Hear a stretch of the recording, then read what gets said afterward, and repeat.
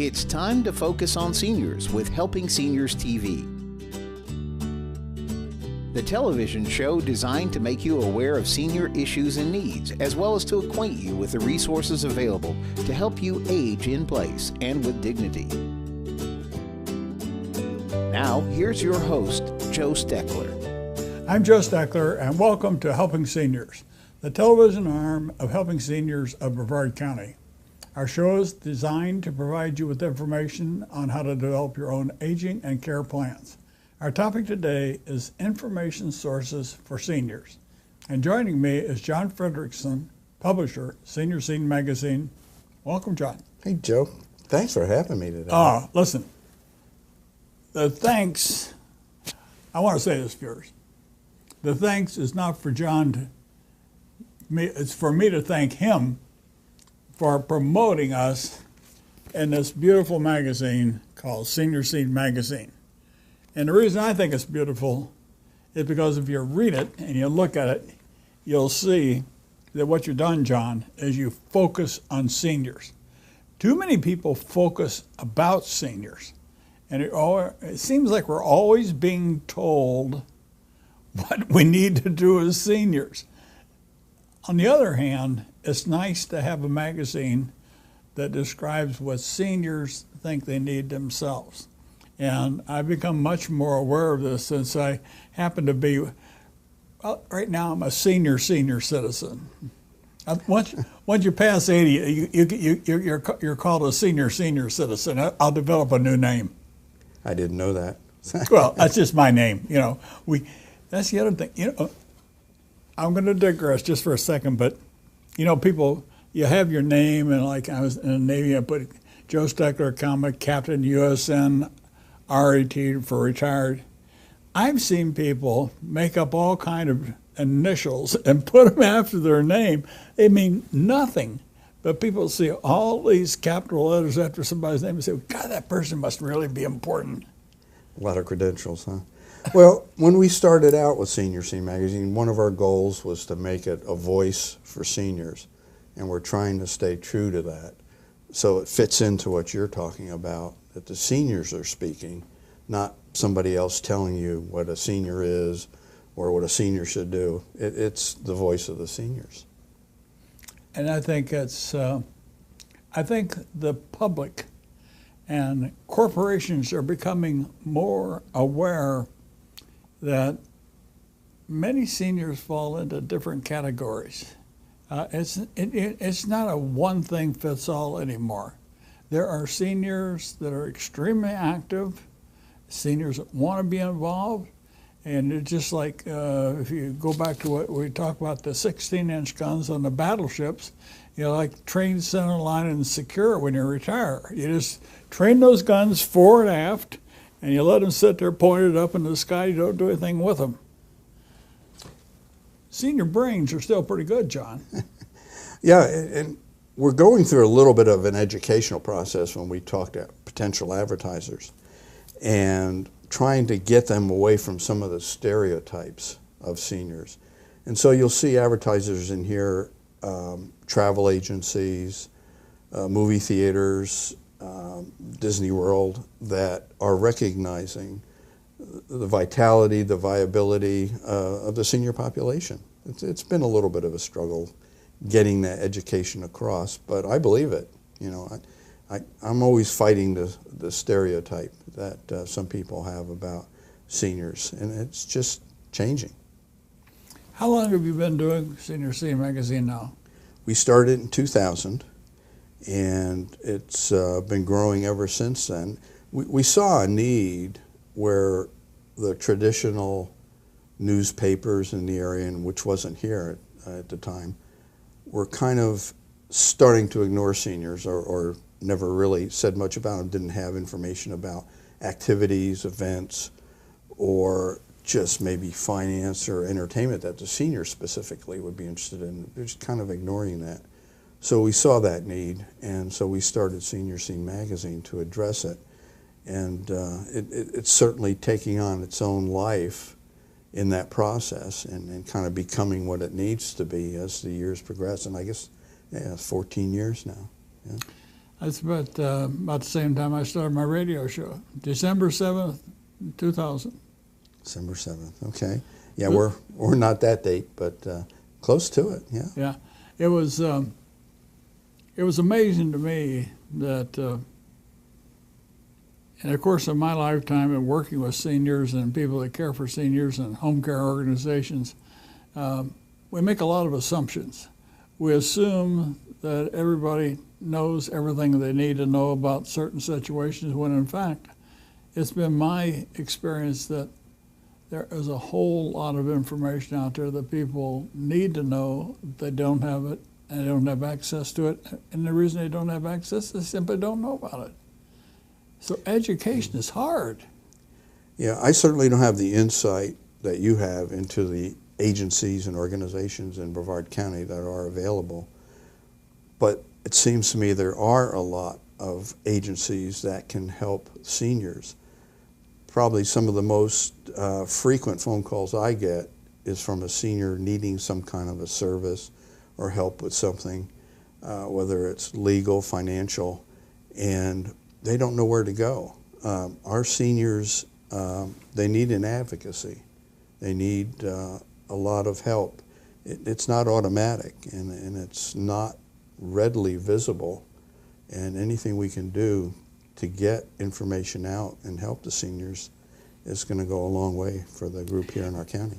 You know, in the short time you and I have known each other, we've never really used those words you just used about people calling you. Do you get a lot of phone calls from people asking about senior services? Oh, definitely. And unfortunately, a lot of times I don't personally know the answers, and I steer them to different organizations that I'm familiar with. Now helping Seniors of Brevard definitely is my go-to organization, and I feel good about that. I mean, that's something I personally can trust and endorse, and we'll definitely be sending those folks who I can't help to this organization, to your organization. You know, my wife has said to me many times over the years, she said, how do you get people to tell you their finances or their personal information, what their problems are? And I said, Terry, it's been my experience that people somehow tend to know if a person is sincere in what they're trying to do. And if you can establish that trust and you can get people to open up to you, I have found over the last 25 years that most of the problems that seniors have can be addressed. They can't all be fixed. But if we don't know about the problem, there is absolutely no way we can do anything about helping to make the problem become smaller in size. And that's what I like about your magazine. And I look at some of the stories you have in there. Yeah, you got advertising in there, but that's the way we pay for things. That's how, you have to make a living. You have to pay to publish this magazine. But I looked, and so many of your services that advertise your magazine are services that do assist seniors. That makes it's sort of a logical connection. We recently had a meeting, our first meeting of the Senior Advocacy Council, that this organization is trying to develop a group of people's viewers that will promote senior needs to our county commissioners, to the extent that the county commissioners will cause the county staff to develop an aging plan. And this is not anything new, it's not rocket science or anything. And I mentioned at the meeting, I don't know if you remember, John, you were at the meeting. Definitely. So, share a few thoughts with our viewers about what you thought about the first meeting of the advocacy group. Well, it was an interesting cross-section of people from the county, people with different experiences, people with different professional levels that are going to bring a good mixture of ideas for solving some of these issues that you're mentioning about advocacy. And the personal experiences, whether they're personal problems or whether they're personal solutions, it's going to be a good background. And most of the people were free to speak, and that's going to be good. I mean, you said they were not afraid to speak, were they? No, not at all. They were free to speak. And the thing, like there was one lady that talked about a 9-year quest to obtain Section 8 housing. And Section 8 housing, folks, briefly what it is, it's housing that's sort of supplemented by state and federal money for lower or disadvantaged people. In other words, a dry place to live. We're not talking about the Taj Mahal. We're talking about people that can live in a home that has maybe a living room, a dining room, or at least a bedroom and a kitchen, and it's dry and hopefully free of rodents and everything else. And it's amazing to me, John, what you can put your finger on in the year 2015 about what's not right for people to live in. But the Section 8 housing is something that the county has a prime responsibility for developing that. They get state and federal money to help develop that housing. Now, I'm not saying that the county is going to be able to build enough Section 8 housing to take care of every housing need for everybody in Brevard County. But we need to have a plan on how to get there. And I sense that, like your magazine, by accepting articles and partnering with us like you have done, will help spread the word. And if people read our magazine because they want to be an advocate for seniors, or they want to see a better way to help themselves age with dignity, find out about decent services, we all win. Yeah, in fact, that gives me a little thought about taking that perspective with the magazine, kind of a call for advocates, people that want to help, and steer them to your organization or others that will step up for seniors. And I want to make a comment about Section 8. A new facility just opened up in Cocoa that was HUD financed. It is a wonderful facility. Well, it's brand new now. Kitchen, living area, bedroom, a dining facility, and it's first class. And don't get the image of some kind of rundown facility, right, because it's subsidized. I mean, there's good, nice places for placement of seniors that need that help. So, and right here in Cocoa. But just think for a minute, John, if we have a really good way to disseminate and educate people about what is available, what needs are needed to be fixed, and developing a plan so that we have something, a guidance system, if you will, on how to get to an end point. My problem, I chaired the county commission for 3 years. I could never make the other members of the commission, I could never convince them that we needed a written plan so we knew how to get to where we wanted to get. If you just every month said, well, I need articles for Senior Scene magazine, what kind of a magazine do you think you'd have? Yeah, and in fact, what you're talking about now, the organization, I keep talking about helping seniors, steering them in the right direction, but what you're talking about, and I keep forgetting, is that you're talking about making sure those services are there in the county. Going to the right people in the county, the government officials, and saying, hey, you're missing the boat here. This is not what the seniors need. That's going to be such an important part of the organization. You've defined the whole darn thing in a very few succinct words. That's exactly what we're trying to accomplish. We want the county commissioners, the county planning staff to realize we do not have the infrastructure in place we need to have.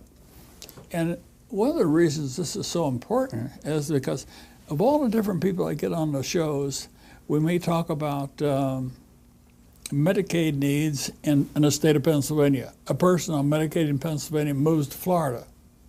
Well, the requirements for serving Medicaid clients in Pennsylvania are different from what they do in Florida. If a person moves from one state to Florida and assumes that the same criteria are going to prevail, that's not necessarily true. The sad part about it is they find out after the fact. I remember when I was a professor of naval science at Auburn University, we had a retired Marine colonel there that was bedridden for a number of months. And all of a sudden he got a bill from $90,000. And it came to me. I was the professor of the ROTC, and Jimmy said to me, he said, "What do I do about this?" I said, "Well, how did you get it in the first place?" He said, "I don't know."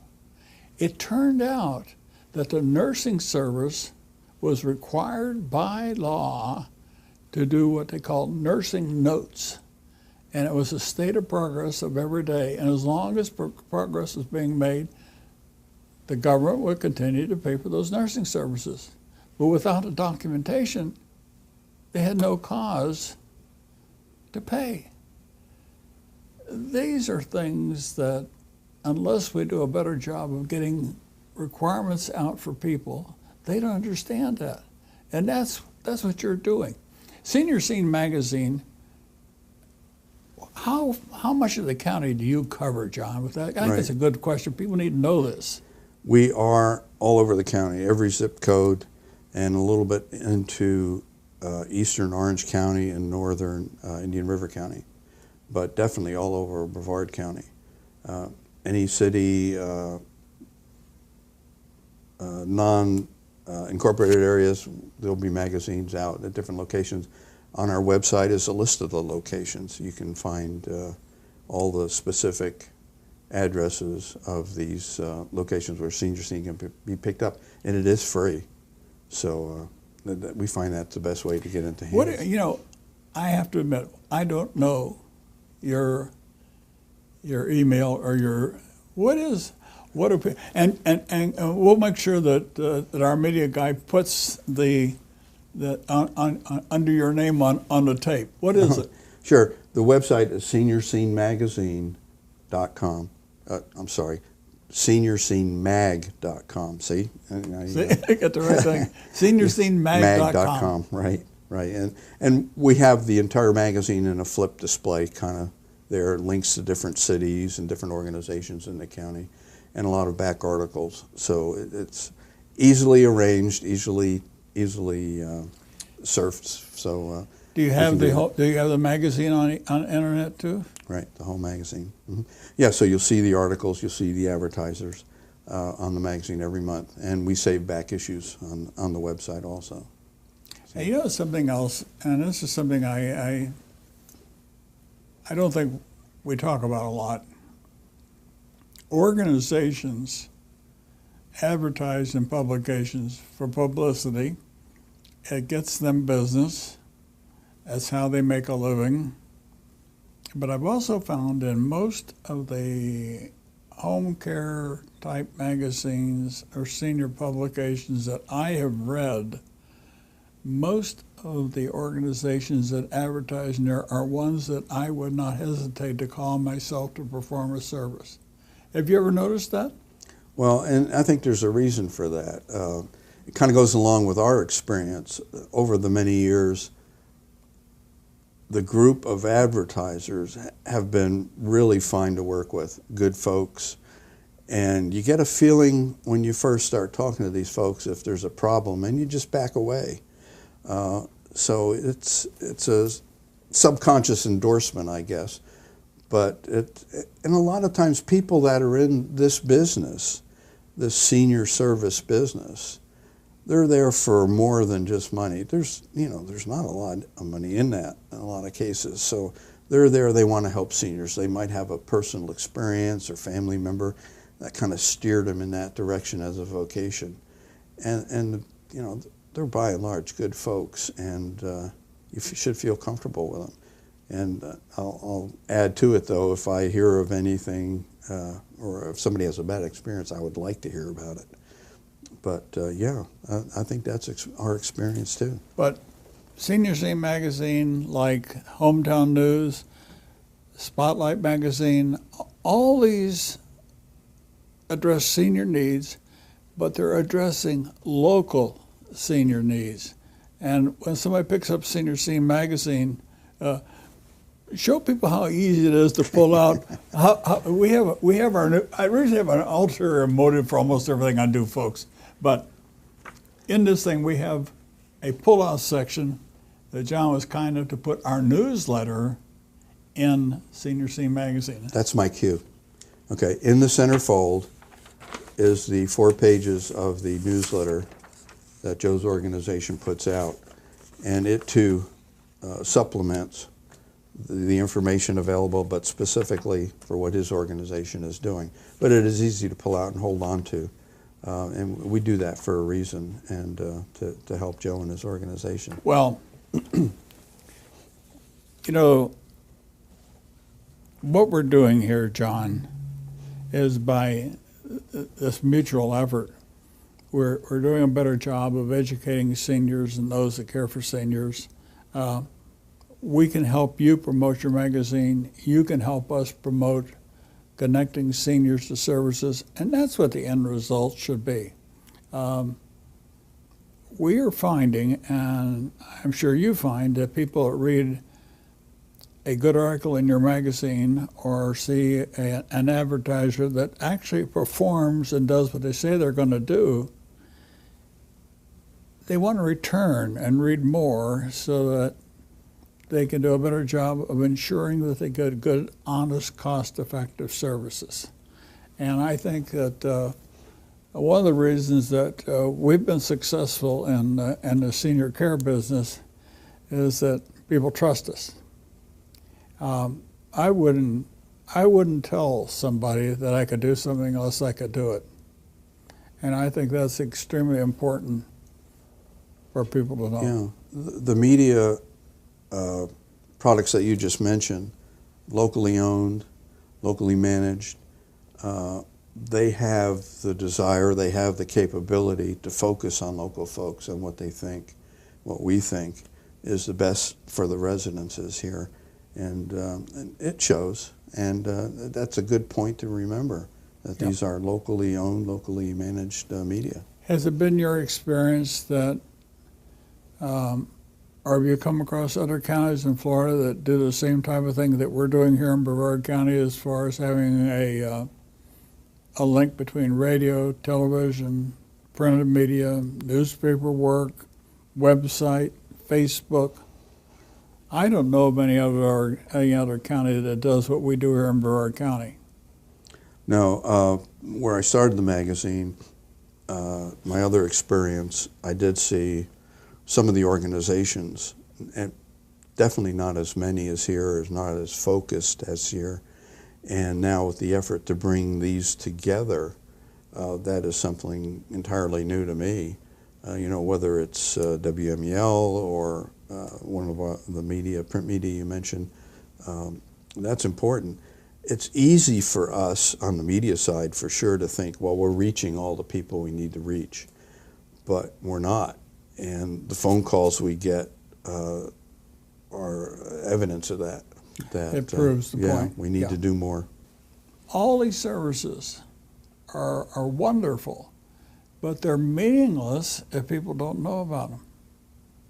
And I found that the most common thread that goes into all senior needs is communications. And the failure to communicate a need, the failure to answer that senior in a manner that the senior wants to express what his needs really are, is so detrimental to establishing what the real criteria for senior services should be. And I think that's something that you saw in that first meeting of the advocacy group. What is John Frederiksen, publisher of Senior Scene Magazine, what do you think that we need to do in Brevard County to bring together the government, local organizations, and seniors themselves. You got about 52 seconds. Establishing the credibility, establishing to the government officials the fact that it is a true voice of a population here in the county, getting that baseline of authority, of credibility, and bringing that forward, whether it's through one-on-one conversations, whether it's through the media, and then taking that forward to bring these government organizations to bear on what they need to be doing. You know, maybe they don't know what they need to do. You know, maybe it's as simple as that. And going forward with that kind of approach, let me help you. You know, let me help you set out to help the senior population of Brevard County. I'm glad that we've got that on tape, because I'm going to use that, because you pretty well summed up what they need to be thinking about. And John, I want to thank you for being here with me today and helping the dialogue continue about seniors helping seniors and helping seniors. But I appreciate your being here. Thank you very much. My pleasure, Joe. Thank you. And thank you, viewer, for watching today's show. It's extremely important that we all have a better understanding of what the needs are and how we can meet the needs and not waste valuable resources.